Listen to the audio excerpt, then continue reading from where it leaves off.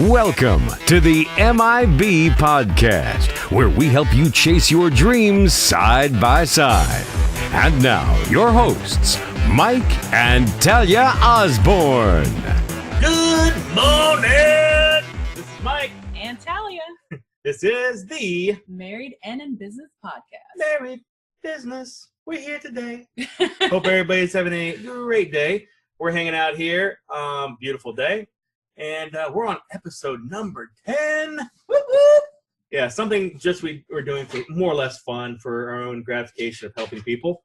It's turned to 10 podcasts. And we'd love to know what you guys think. And we'd love to know what you want us to talk about next, to be honest with you. Because we like talking and just, we'll just keep talking, but we want to know what you want us to say. So please come out and hit us up. Yep, we are on Facebook. Follow us at facebook.com/MIB podcast.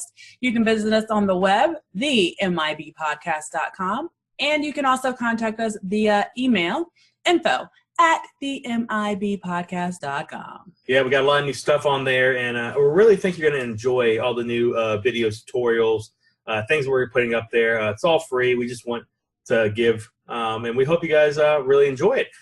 Today's episode, again, is episode number 10, and this one's going to be fun. It's going to be called Married and Creating Your Own Magazine. Yeah, a lot of people don't know, but we actually had our own magazine back in the day, and it actually turned out to be very good, very profitable. We did have ups and downs, and we're going to tell you all about it today. Yep. We're going to tell you our story, and then we're going to tell you exactly what you need to do to start your own magazine, your own business, whatever you want to call it, today. So with little startup cash too. Little startup cash, yeah, on a limited budget. And if you hear our story, like we're going to tell you, we had all the excuses of don't do it. So, episode 9 we just finished was called Married and Dating, and check it out. Tons of great information about tips on marriage, dating life, things you need to do to make sure everything that bond stays strong, and a lot of good insights on Talia and how she loves the zombie apocalypse. So, yeah, we're gonna go check that out if you're interested. And episode 10 is back to business. So back to business. All right, so we're gonna go ahead and start it off. And I guess we'll first start with, how we got started. Yeah. So, we got started with this magazine thing because Mike was in his advertising position at his job. Also in advertising, Google, search engine marketing, SEO, all that stuff. And so he had this great idea. I want to make more money, and I'm the number one salesman, and I'm doing all this stuff, and I don't get paid enough. Yeah. So why not look for a franchise or a magazine to start? Because we don't sell magazines. It won't be a conflict of interest or anything. It's literally we're going to go out there and do it ourselves, right? And so I said, I looked up a few things. I found a franchise was very reasonably priced, and I purchased it. And then it sat there for a couple months. Yep. And we didn't do anything with it. So we go to pull the trigger, and we're like, let's do it. Time to rock and roll. And then my company launches a massive amount of community magazines the exact same time. So high five, you're it, Talia. You get to do it. Yeah, and I'm like, magazines? I don't know anything about advertising, magazine sales. Like, I'm not your girl. Like, yeah. I don't know what you're talking about. But it's fine because I bought a franchise that gave us nothing. So, franchise is supposed to get rid of all the hiccups, all the questions, have all the answers for you. Here's what our franchise gave us. And I'm not going to name the name because they're all good people. It's just, honestly, it's... For us, it wasn't a benefit of being a part of it. For somebody that was already in sales, somebody already was accomplished in that, it was a waste of money. And it ended up being our downfall at the end, which we'll talk about. But it offered leads. Basically anything you find from a Google search, they gave us a name and a telephone number. No decision makers' names, nothing like that. Yeah. They charged us for printing, overcharged us for printing. Yeah. We're a local magazine that didn't print local. That's a genius idea. And pay an extra couple $100 for shipping on top of that when you can pick it up yourself. Yeah. And they gave us a basic guide to selling, which I had already read about 1,000 books on selling, so I really didn't need that. So maybe Talia did, but she's not a reader. Him, so. Yeah, why would she even need that? So, like I said, none of that helped us. So Yeah. we started a magazine. We did. I will say, I'm kind of like, maybe we'll bring up the name of it. I don't know. Nah. If you Google Talia, you'll find a whole bunch of covers of the magazine and all that. But yeah, we're gonna keep it on the low. But I literally had to sit around and I had to train Talia how to do it. Yeah. So after everything, you know, Mike is the cold calling man. Like, oh, you're gonna have to pick up the phone. You're gonna have to go door to door. You're gonna have to do. I was like, hey, that stuff even today still works. It works. It's literally, go out there and show somebody you care, shake their hand. Yes, but I did not want to do that. So I did it. But he did show me, you know, there's other ways of contacting people. And so one of those ways for me was LinkedIn. And LinkedIn actually ended up being my main source, besides networking meetings, of meeting people and sitting down with them to talk to them about the magazine, which surprised Mike. I think he was a little bit jealous too. I was pissed. Because all I did was send an email. I wasn't salesy because I didn't know how to be. And so I just sent a nice email to people just saying, hey, this is who I am. This is what I do. I'd love to sit down and talk to you about how we could be a good fit for each other. Yeah, how I can help you get more customers, Yep. whatever. And yeah.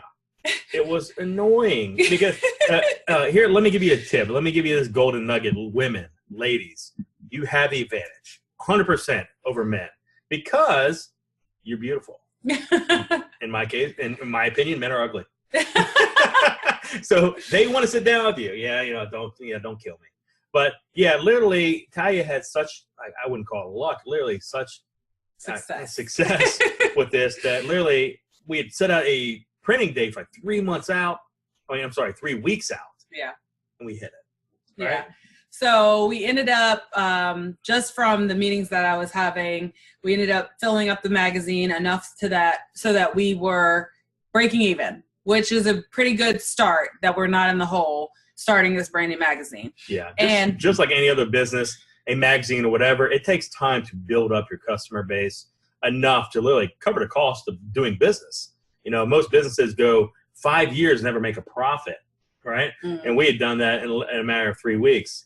And I can't say, I did train Talia. I had a part in making sales as well. Yes. On my free time. And how do we did that by syncing our calendar. Yeah. And so we talked about this in episode number 5, talking about calendar planning.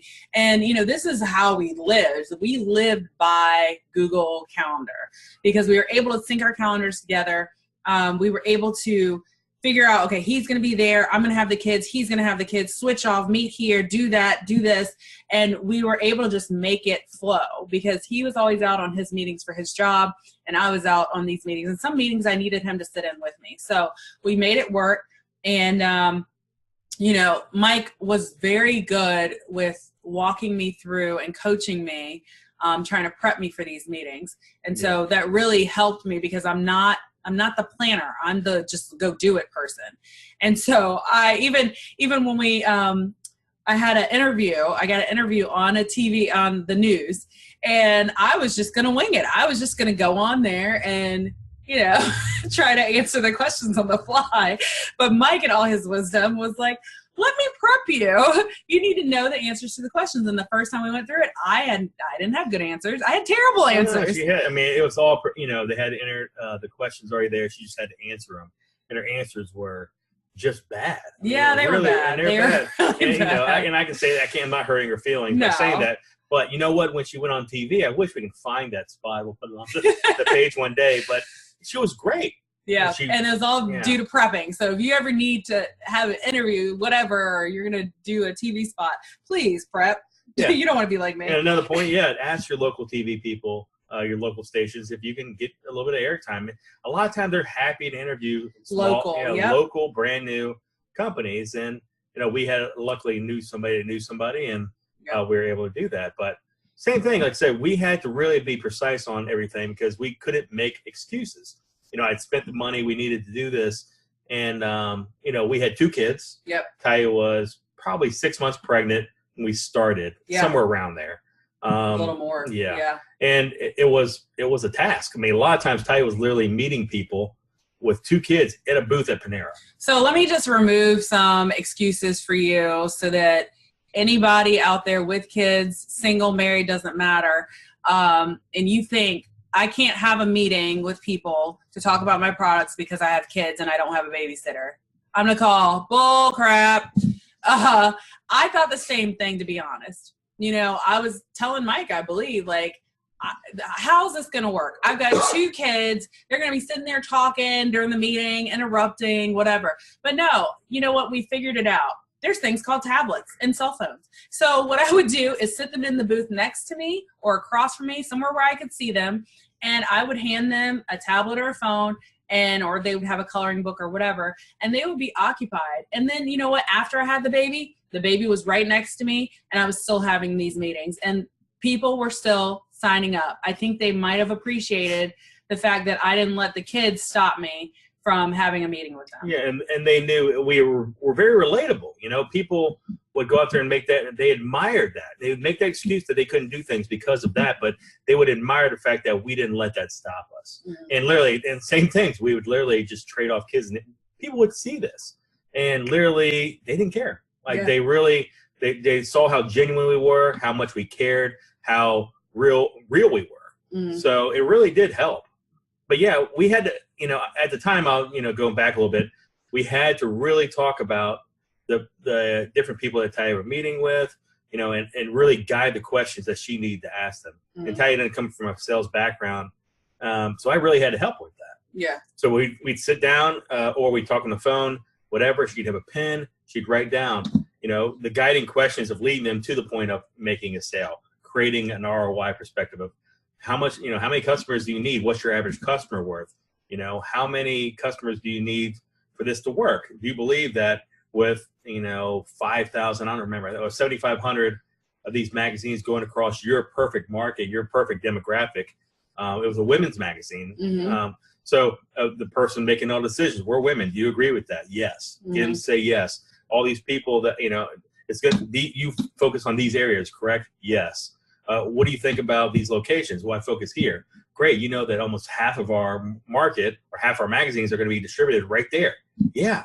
Did you know that I'm going to give you free online marketing on my website? Yes. Oh, I didn't know that. That's great. Would you appreciate that? I'll even give you a headline, a news article on the front page.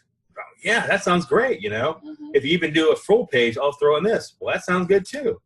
You know, how much is it? Would you believe it? We're like 1/3 the cost of so-and-so competitor magazine. Mm-hmm. And because we're small and we want to help the smallest person out there get the word out that they're in business. Yep. People appreciate small things like that. And that's the type of things that I got Ty to say. And I'm sure that she didn't have to do it, write it down every time. But eventually I think she really felt comfortable in guiding that mm-hmm. sales call to exactly where she wanted to. They knew that she cared about it. Us, we carried a really good value. You know, did we know our costs of making money? Yeah. We knew what we needed to make to break even, but we also knew what we needed to print the magazine. Yeah. Right? Yep. So yeah, that's kind of what we did. We had everything that could have went wrong happen to us. I remember literally one day we had a full calendar, me and Talia, right? Yep. At 6, I had a B&I business networking meeting at like 7. I go to start my car, it's dead. Yeah, that sucks. Then, and that car had so many problems we couldn't do anything with it. So we jump in our van. We all go. We had 2 kids. None of the kids were in school at the time, so we had 2 kids.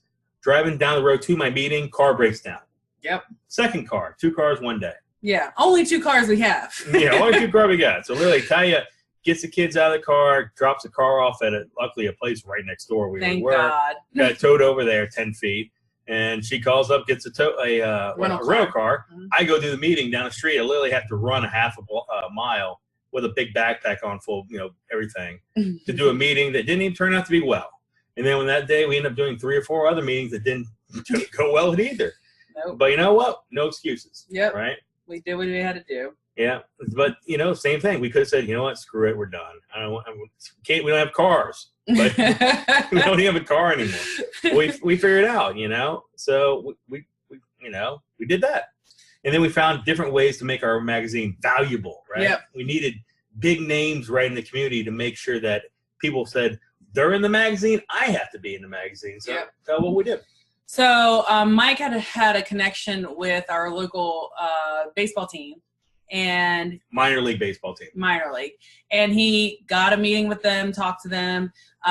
We gave them free space in the magazine, but they gave us tickets to give away to increase our readership. So we would actually go on our Facebook page. We would increase our likes. We would use that to kind of entice people to join our Facebook page. People were checking out our website. We were posting local events, things like that. So, we used that connection to draw more clients in for readership to then add that value for everybody else out who was going to advertise with us. Yeah. And that helped tremendously. If you have something like that in your sales call where you're like, well, dang on it, I'm losing money by doing that. No, you're gaining so much more. And when we gave away a full page to that minor league baseball team, we instantly had something that was, real. We had something that, these guys are in the magazine. They are obviously a big deal around here. Mm-hmm. So I need to be in there. Yep. But then again, we had Small's company as like a different multi-level marketing companies. They were in the magazine. So people saw that if these guys are in the magazine, they can afford to do it. They must be doing good. Yep. So literally we offered all this large spectrum of value and everybody saw that. But we knew that right away, use these different big names, these brands that everybody knows and loves to make the magazine seem appealing to other people to advertise them. Yeah. Right? Yep. And so then we get to the point, things are rolling. We're having meetings left and right. We've had the baby and we're having meetings with babies and she's sleeping through all the meetings, which is amazing. She doesn't sleep anymore. No, she doesn't. So we get to a point where we're like, okay, so we're paying all this money for the franchise, and they're really killing us. Yeah, and our point was that we were supporting local business. We are a local company, a local magazine supporting local business. Printing local needed to be something we need to do. Yes. So we made a call and we decided to leave the franchise. Yeah, we changed the name of the company to a different DBA, doing business as, and we continue to print the magazine. Yep. And so as we went through that, we kept growing. And things were going great. And so what happened, honey? we get an email of a cease and desist letter stating that we were basically, using their stuff without following the rules of the contract. To today, I know that we could have fought the company and we would have won. Because truthfully, we were doing business as something else, and they offered no value. I know that if I testified of my expertise in selling, it wouldn't have mattered. Right. But at the time, we were really low on cash. Things had changed at work, and it really affected my commissions. And we were, it was going to hurt us almost to keep the magazine or try to fight and be in litigation. So we decided to shut down the magazine. It was very, very, very sad. Yeah. And all of our people knew. Were okay about it. I wish we could have sold it, but with like I said, the way it was set up, we couldn't do that. But and here's the worst part. This is the worst. Probably the week after or the week of shutting down, we started getting phone calls of people wanting to be in the magazine. Now, if you are in sales or advertising at all, you know that no one calls you to advertise with you. You're chasing people. And we had people calling us, and it wasn't just one person, it was multiple people. Yeah, it was literally tons of people. We probably got 30 people in 1 month of shutting it down that wanted to be a part of our magazine. Till today. Yeah, that's the kicker. I still get calls, and this was 4 years ago. We haven't had the magazine in 4 years. And people still call me and say, I just saw your magazine. I don't know where the heck they're finding it. I don't know where they're getting it from, but they still call me and say they want to be a part of the magazine. Yeah. So there you go. There is light if you have a good product. Honestly, that is a possibility for you. You really don't have to keep going out there finding new advertisers. Eventually, if the word gets out and people see that you have something special, they'll come to you. Yep. So, now that's kind of our story about what we went through. And like I said, it was literally, we had every reason not to do it, and we still put it together, and it didn't work out, sadly. And we've talked several times about starting a new one here, but it's we It's like gotta be the right place. Yeah, like a right place and right opportunity. But we kind of like what we're doing now, so Yeah. we probably won't do it. But if you want to, yeah, here are things to consider. So some things to consider when you're thinking about starting a magazine. Now, I will tell you, it is fairly simple and very cost effective to start your own magazine.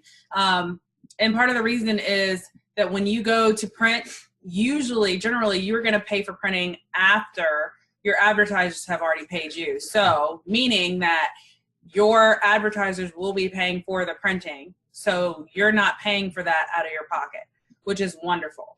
So, and that's why we say it's a low cost, low entry type of business. So basically, you have an idea, you come up with a kind of like a mock-up of what your magazine is.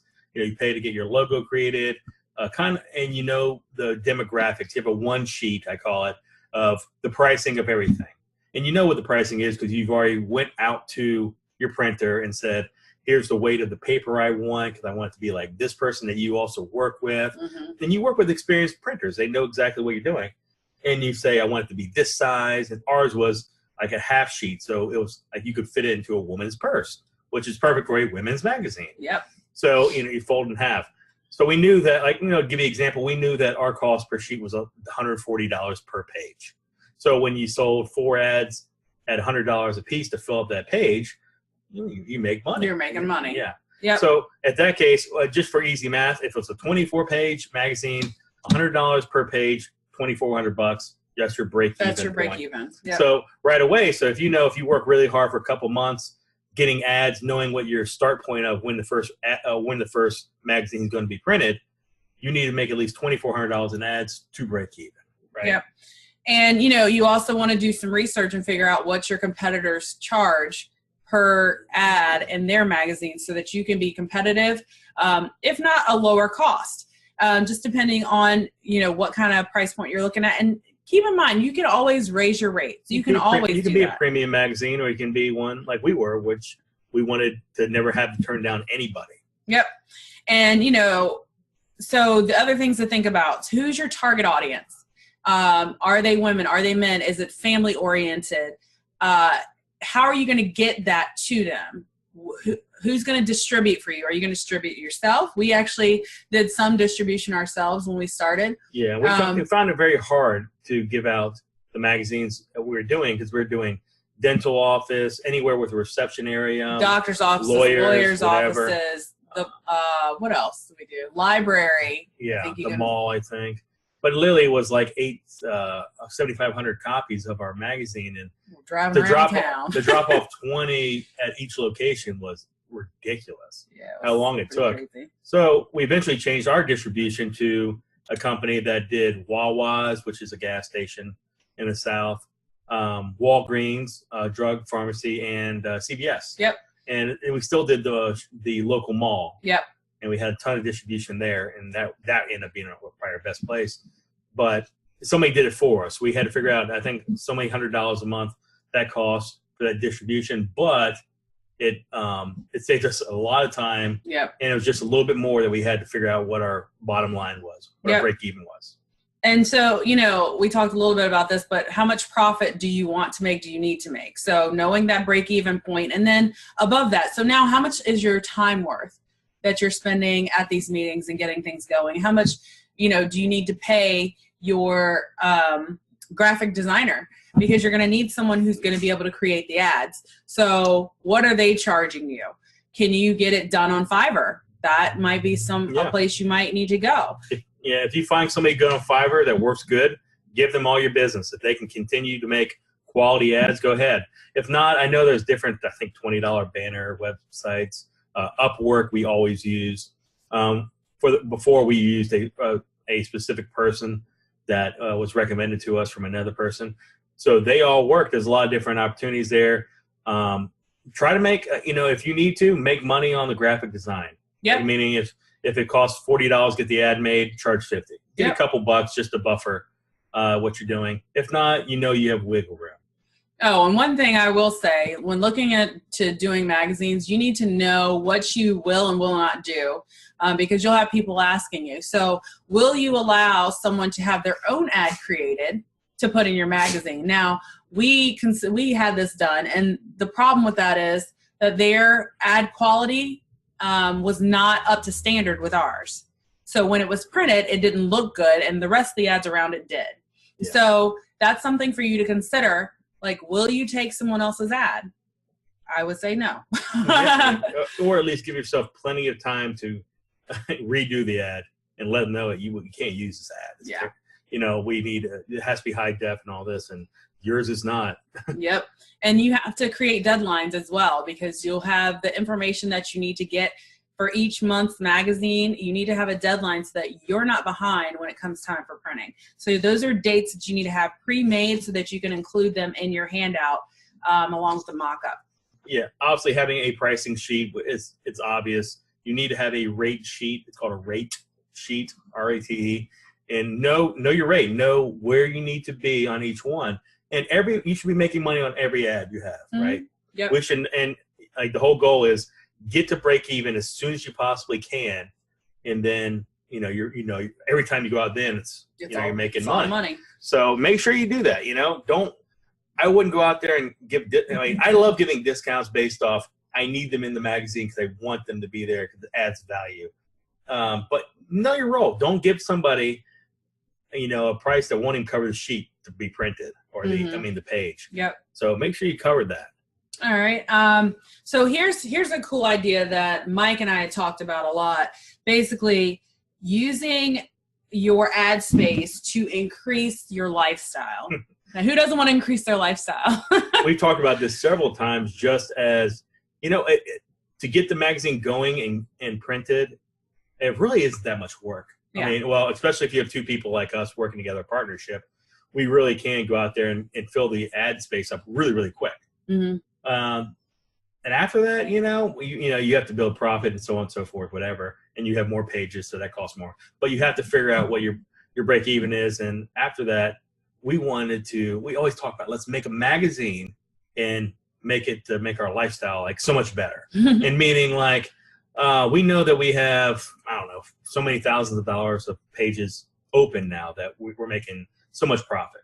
So I'll pay somebody, say $100, it's going to cost me $100 for this page. I have it already paid for. I would use my time and say, I'll take $400 of your restaurant's gift cards as payment for the full page ad. Yep. And the whole point of that is literally I can take my wife out to dinner for free, more or less. I could then give away, $300 worth of gift cards to my social media followers, which makes them more likely to spread the word that we're doing that. Yep. As a, share this with your friends or like this post and share it, and then increases how many times your magazine is being viewed on, say, Facebook or something like that. Yeah. So yeah, it's really a good idea. Yeah. Go to your massage therapist. Free massage every month. Yeah, get a couple massages a month for you and your spouse and then give away to. Yep. Right? Or groceries. Who the heck doesn't need their groceries covered by an advertisement? That would be fantastic, right? Yep. Fun stuff, amusement parks, Disney, whatever it is. Go-karts. Travel. I mean, literally anybody is a perfect person for an advertiser to boost your lifestyle, or at least like just cut your bills out. Good gosh. And here in New England, where we live in Maine, a perfect trade would be with an oil company because literally we spend $400 a month heating our house. Yep. So to keep it cold. Not even warm. Not even to heat it, just to keep it less cold. Yeah, to not freeze. So yeah, literally that would be a great thing to do. So, it sounds stupid, but literally how cool would that be to be able to give away tons of free gifts every month, grow your social media following organically, because you're literally like Santa Claus just throwing out stuff, or like Oprah Winfrey. You get a car, you get a massage, and that's what we want to do. And I think it's a great idea. Maybe we'll do it one day. Maybe. All right. So we've given you tons and tons of information. If you like this idea, you're probably wondering, okay, where do I start? What do I do first? So of course, you're going to go ahead and figure out a name of your magazine. You need to figure out the demographics of your reader. So who will you focus on to actually pick up this magazine? But then you're going to contact local printers in your area, and you're going to need to figure out your paperweight, like figure out who prints which magazines in your area. And they might even have their book of people that they have printed so that you can have examples. And then from there you can say, okay, I like this size, I like this weight of the paper, I like this glossiness or the flat looking type of printing. So you go from there, you figure out, this is my price point, this is where I need to be, this is how many pages I want to have to start, because you can always add more pages. And then now you can create your price sheet. So, or your rate sheet, as Mike said earlier. Create your rate sheet, get a mock-up of a magazine made. So contact someone who is in graphic design and get them to do a mock-up for you so that you can have something printed, something in hand to leave with customers, so that they won't forget you. And then obviously contracts. Yep. Contracts is another one. I think nowadays you can just go online and look for a sample contract and then edit it as you see fit. You also need to contact someone about being able to process payments. And what else, honey? Residual payments. You want to make sure that on the first, whatever day, all the money automatic. goes to you. Yeah. So that you don't have the people who want to pay you at the last minute. Get everything done automatic and say that's the only way you do it. But the most important thing is figuring out why is your magazine going to be better than everybody else's, what's out there, and what's going to separate you from the rest of the people. Just make sure that you really have something significant. You have selling points of why you should advertise with me instead of somebody else. Yep. And I mean, honestly, the first thing I did when it came to advertising and selling ads, I went to everybody else's where they were spending money already, and I said, I can do a better job. I can give you a better ROI. You know, here's the benefits. And I literally converted those advertisers in these different places to my advertisers.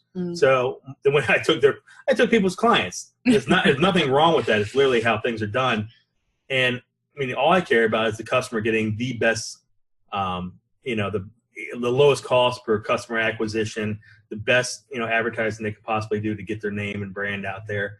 And you're doing everybody injustice by not doing that if you're going to have a better quality product. Yeah.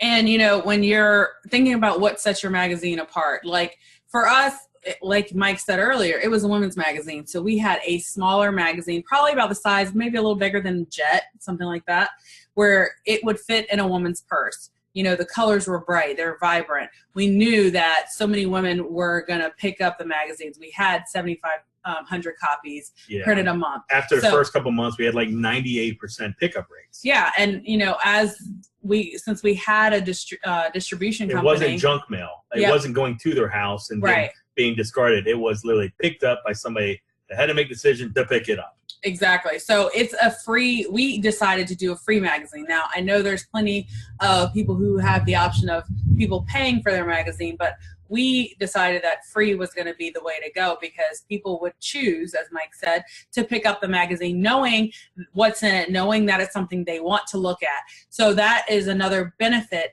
to our customers who are paying to advertise with us. So these are all things that will set you apart from another magazine or another type of advertising. And then, as Mike said earlier, know your break even. That's a major part because you don't want to go into something thinking you're making money and the whole time you're losing it. So, and one thing I should add that we didn't talk about was one of the first things you probably should do is reach out to a accomplished or at least a good, I'm saying great, starting up photographer.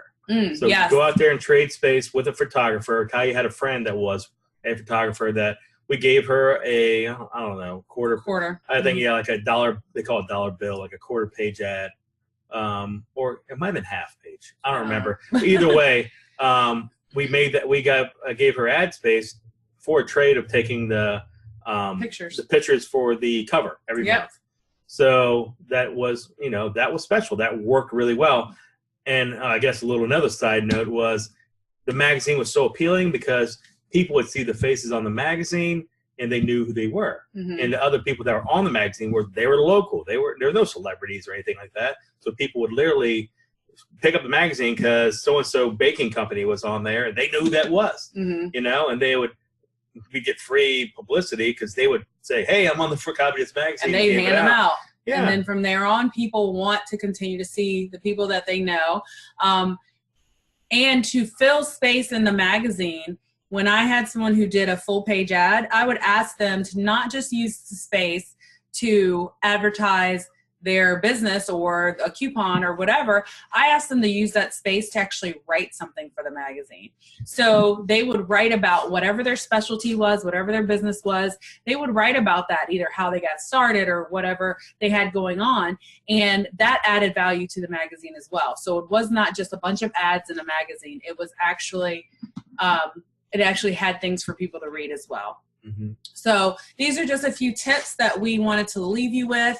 I guess one other thing is, another tip is, it's marketing. That's all a magazine is. It's marketing and advertising for somebody's business. You can easily evolve that into a agency type look, right? It's one product of several that you now can do. And something that if we were doing this today, what we'd probably do is offer Facebook advertising or search engine marketing, Google, Yahoo, and Bing advertising, pay-per-click, or, you know, any type of thing that we can, you know, that we have expertise in.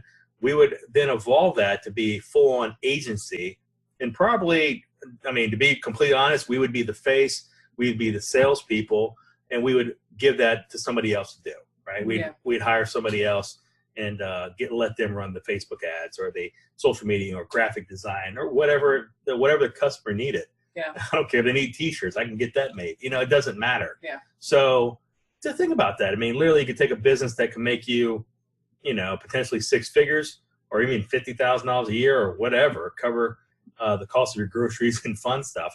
Or you can eventually evolve that to be a full-on marketing agency where you can have the benefit of having a lot of experts working for you at their locations. Oh, yeah. And one thing I forgot that we did as well was when someone signed up with us, we would promote their business on our Facebook page. But then we also added them to our webpage. And that's something you can contact anybody who builds websites, things like that, or you can do it yourself. But we ended up having tons and tons of visits to our webpage. And part of it was to view our advertisers and things like that, read articles on there. But part of it was that we included a calendar of local events. And so part of that was in the magazine. We had a calendar of local events, but we also had it on the web. So it allowed for people who were looking for things to do around town to visit our website. And then once they were there, hopefully they stuck around to look at other things that we had there, which was another draw for advertisers and reasons why they would come to us instead of going to someone else. I forgot all about that. We literally launched the company around the 4th of July timeframe. I think it was the second issue maybe. And that month we literally had gotten over, I think, 20-something hundred people had gone to our unique website. Visitors. Yeah, 20-something hundred unique visitors came to our website, and it boosted our SEO juice, obviously, because they were looking for fireworks. Yep. Where are the fireworks going to be for 4th of July? And we had that information. Yep. I did it. So, yeah, just thinking about stuff like that, you know, once you get people on a website, internet advertising is daggone like air once you have it up there. So you have a design, a banner ad. These are all different things we sold to really make a lot of money because internet marketing, that part of it was, like I said, it's already free, basically, paying for hosting or whatever. So same thing, WordPress. If I were to build it myself today, I would probably just use ClickFunnels because it's so simple to use, something like that. But yeah, I think, you know, same thing, go on Upwork, whatever, get them to build you something and then hopefully train you in how to keep going. Or if not, outsource the whole thing and let someone else do it if you can afford to do so. Yep. So I think we've given you lots of meat, lots of ideas. And potatoes. And how to start, you know, questions to ask yourself, things like that. So we hope that this was beneficial to you. We look forward to hearing from you about your success and what you've decided to do. If this turns out to be something that you decide to run with, we'd love to hear how it's going. And if you have any questions about it, we'd love to hear that as well. So please contact us at info@themibpodcast.com. Also follow us on Facebook, facebook.com/MIBpodcast. Yeah, thank you guys. I'm not sure if we're interested in doing anything about a course for this, but if you want something, maybe we'll put together a Facebook group of other, people can answer questions together. I got a private group eventually.